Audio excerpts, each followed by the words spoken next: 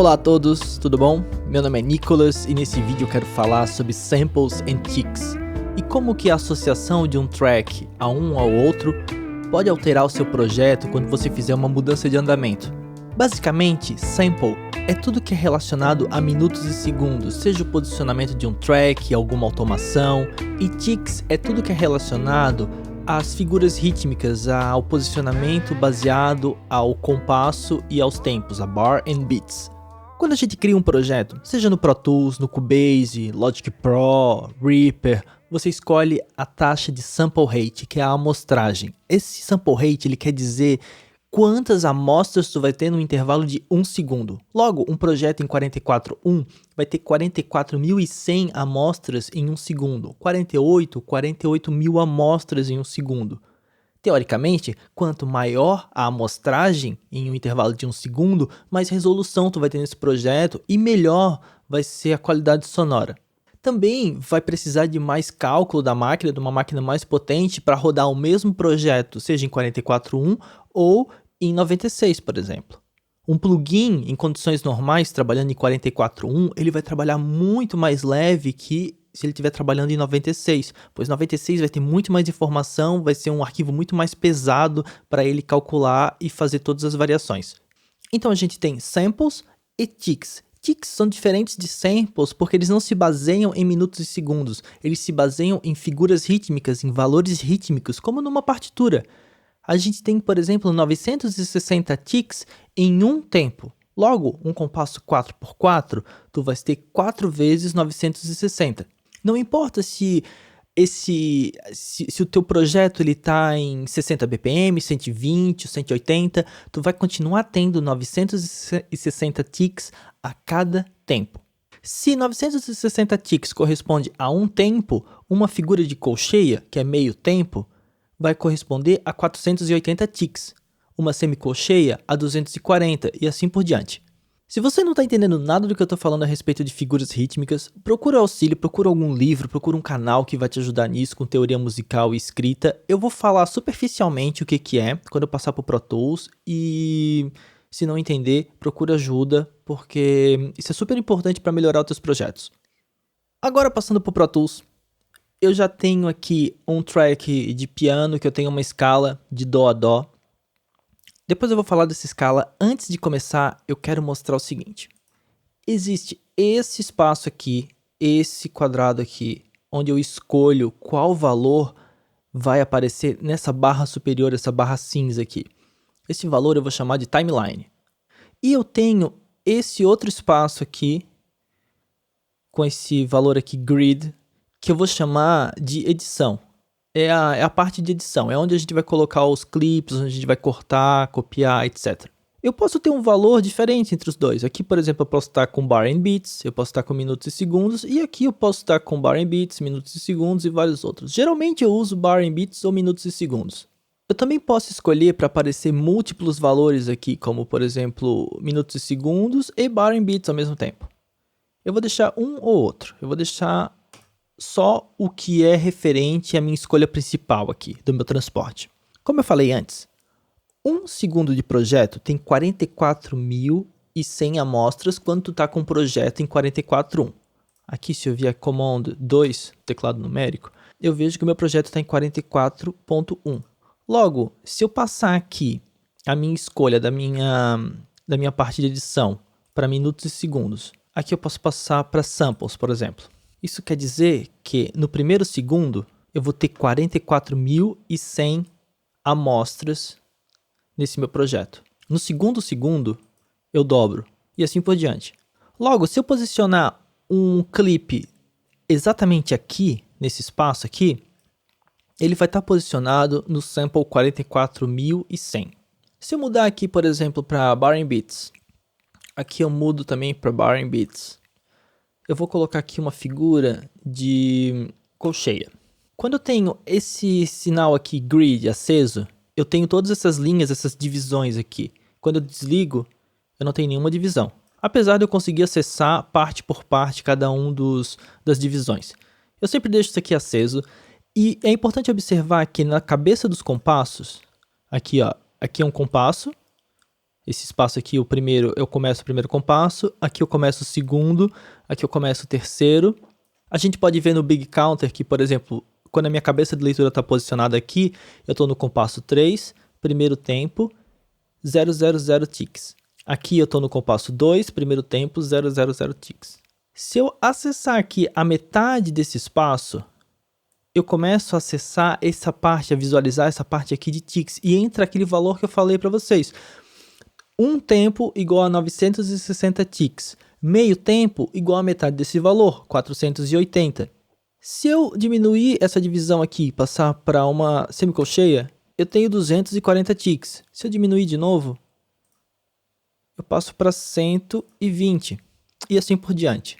Em música existe uma coisa que chama fórmula de compasso, é como uma fração. Na parte superior da fórmula de compasso, aqui a gente pode ver 4x4. Quer dizer que o meu projeto está trabalhando com 4 tempos de valor 4. Então eu tenho 1, 2, 3, 4. Para eu preencher cada um desses valores, eu preciso de uma figura de valor 4. Parte superior 4, dizendo que são 4 tempos, e a parte inferior dizendo qual valor vai preencher. Se fosse 3 por 4, eu teria 1, 2, 3, com uma figura de valor 4 preenchendo cada um dos tempos. O que isso quer dizer? Se eu vier aqui no grid e olhar, olha só, 1/4 quer dizer que esse valor aqui, essa figura, vai preencher um tempo de um compasso. Se eu tiver, por exemplo, 3x4, eu preciso de 3 dessas figuras aqui para completar esse compasso. No mesmo compasso 3x4, eu precisaria de 6 dessa figura aqui, dessa colcheia, ou 12 da próxima, ou 24 da próxima, ou qualquer combinação que eu consiga completar todos os valores. Como eu falei, se não entende isso aqui, se está complicado, esse não é o vídeo que vai te explicar, procura ajuda em algum outro vídeo, procura no livro, alguma coisa assim. Nesse vídeo, eu vou estar sempre trabalhando com o modo de edição em grid. Dessa maneira, sempre que eu clicar aqui na minha edição, eu vou estar caindo em alguma subdivisão exata. No caso aqui, eu posso estar escolhendo uma semicolcheia. Geralmente eu vou estar trabalhando com mínimas, com semínimas ou com bar, com compassos inteiros. Se eu tiver em minutos e segundos, quer dizer que sempre que eu clicar, eu vou estar clicando em cima de um segundo. Eu passo aqui, por exemplo, para a visualização do Big Counter em minutos e segundos, sempre que eu clicar, eu caio num segundo exato. Eu não vou cair em frações de segundo. Então a gente vai ter sempre uma amostragem exata.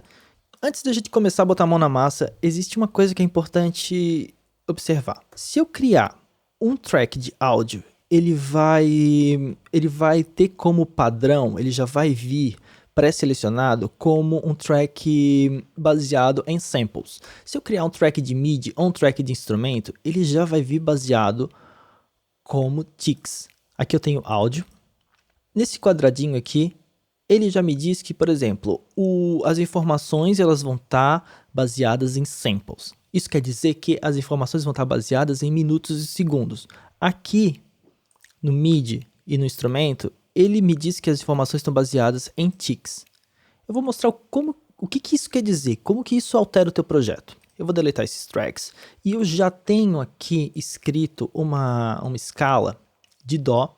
Essa escala, ela está escrita em semínimas. Isso quer dizer o quê? Isso quer dizer que cada nota está acontecendo em um tempo.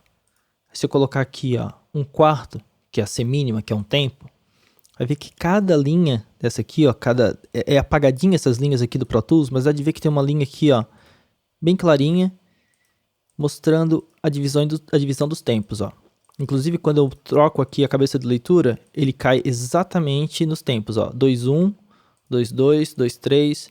Então, cada nota está acontecendo exatamente na troca de tempo. Vamos ouvir isso aqui com um clique.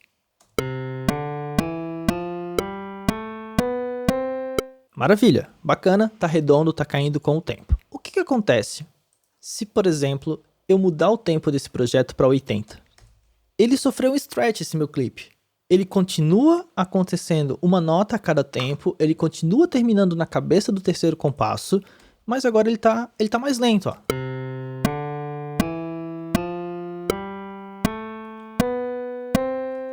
Isso aconteceu porque o meu track, ele tá baseado em ticks. Se eu fizer aqui Ctrl Z e mudar ele para sample e mudar esse meu tempo aqui para 80, como eu fiz, esse track ele não vai mais terminar aqui na cabeça do terceiro compasso. Ele vai terminar antes. Olha só. Agora ele termina aqui, ó, no compasso 2, tempo 2, 320 ticks. Ele não vai estar mais casado com o clique, ele vai soar um pouco estranho, ó.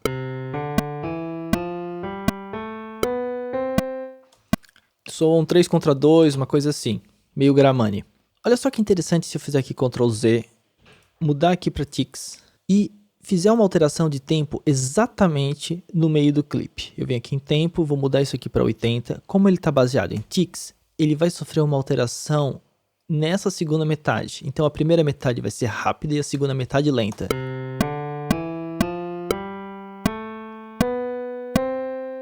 Se tu tiver um monte de clipe MIDI no teu projeto e tu quiser fazer uma alteração de tempo, quiser que, putz, essa música não tá no tempo bom, eu quero ela mais rápida, tenha certeza que teus tracks eles estão em ticks, e assim quando tu mudar o tempo, o clipe de MIDI vai se adaptar a esse novo tempo, ele não vai ficar fora do tempo, ele não vai ficar uma coisa meio perdida. Agora eu vou fazer um commit nesse instrumento. Eu vou deixar esse track aqui normal, ele vai criar para mim um track de áudio, que ele é idêntico a esse track MIDI. É a mesma informação, é o mesmo som. Olha só, se eu der um play aqui no piano do MIDI. E agora no áudio. É a mesma coisa. A única diferença é que eu tenho um release aqui um pouco maior. Eu vou cortar esse cara. E agora, olha o que acontece se eu passo esse meu track aqui para ticks. Eu deixo ele em ticks e eu faço uma alteração de tempo. Vou botar aqui em 80 de novo. O track de MIDI sofreu stretch, porque ele tá associado como ticks, mas o track de áudio ficou normal. Ele não vai dilatar o track de áudio como ele fez com o track de MIDI. Não tem como ele fazer isso, tu precisa fazer isso manual. Eu sei que esse track, se ele sofresse uma dilatação e para compensar, para ficar como track de MIDI, ele precisaria terminar aqui, ó, nesse espaço aqui. Eu vou passar aqui para TCE e eu vou fazer um stretch aqui só para mostrar para vocês. Beleza, agora ele ficou do mesmo tamanho. Isso acontece, por exemplo, já teve projeto que eu estava trabalhando que chegou no final da música, no último refrão, o artista pediu, putz, seria legal se a gente aumentasse 3 BPM esse final. O que tu faz? Pode cortar os teus clipes, tu vê exatamente onde ele deveria terminar, tu faz alteração de tempo, tudo que é MIDI vai sofrer um stretch, vai ficar bem posicionado, e depois tu vai nos teus tracks de áudio e faz um stretch neles manualmente e reposiciona. Dá de fazer isso também, isso é bem legal e dá certo. Mas, se for um stretch enorme, como a gente fez aqui, vai acontecer alguns artefatos, olha só. Não é um som bonito comparado com esse.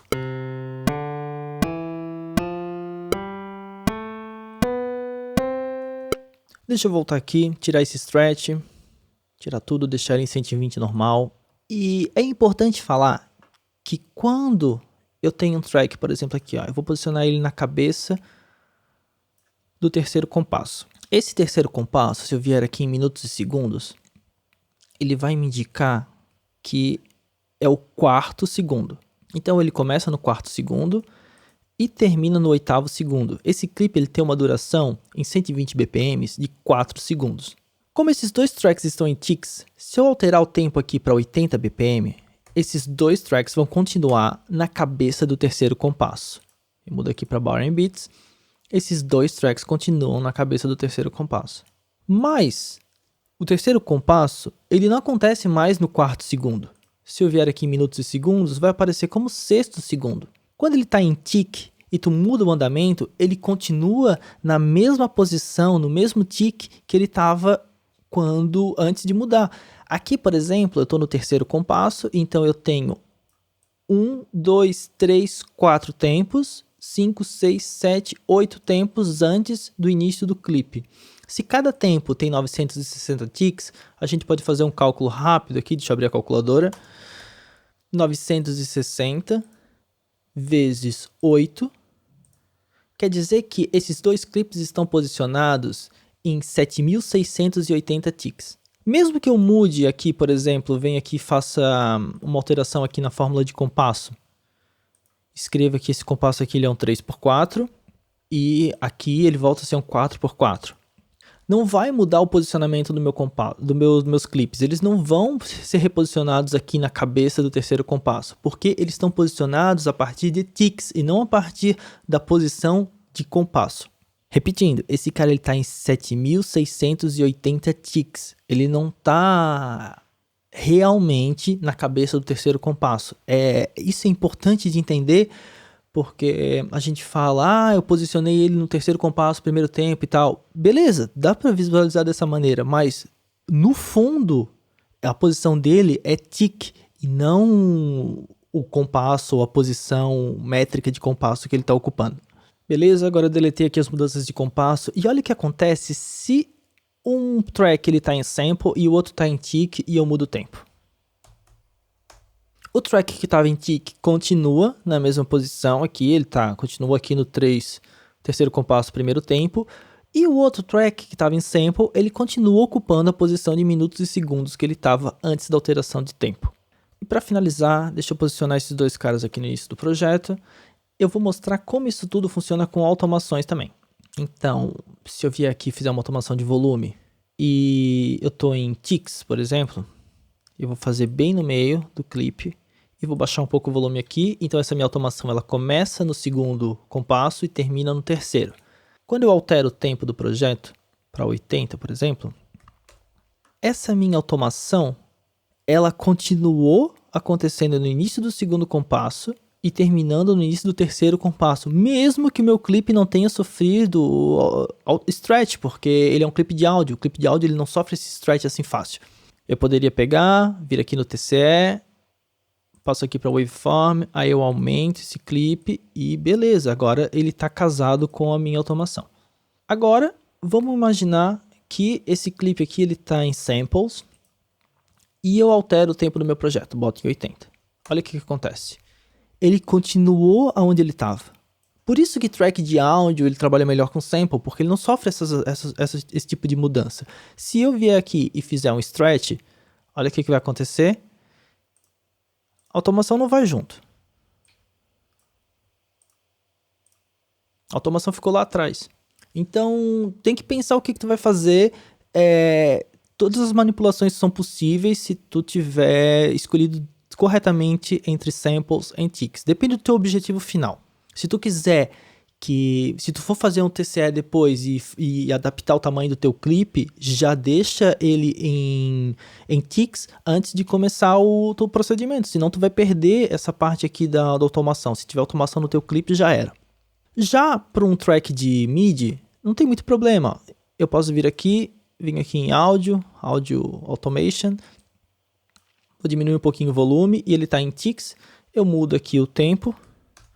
E beleza, ele adaptou junto. Se eu tiver em samples, beleza também, ó. Ele vai continuar ali. Então, não teve nenhum problema. Para track de MIDI é bem mais fácil, bem mais seguro fazer esse tipo de coisa. Beleza? Espero que não tenha ficado muito complicado, não tenha ficado muito confuso. Espero que tenham gostado. Se inscreve no canal, ativa o sininho e até a próxima. Valeu!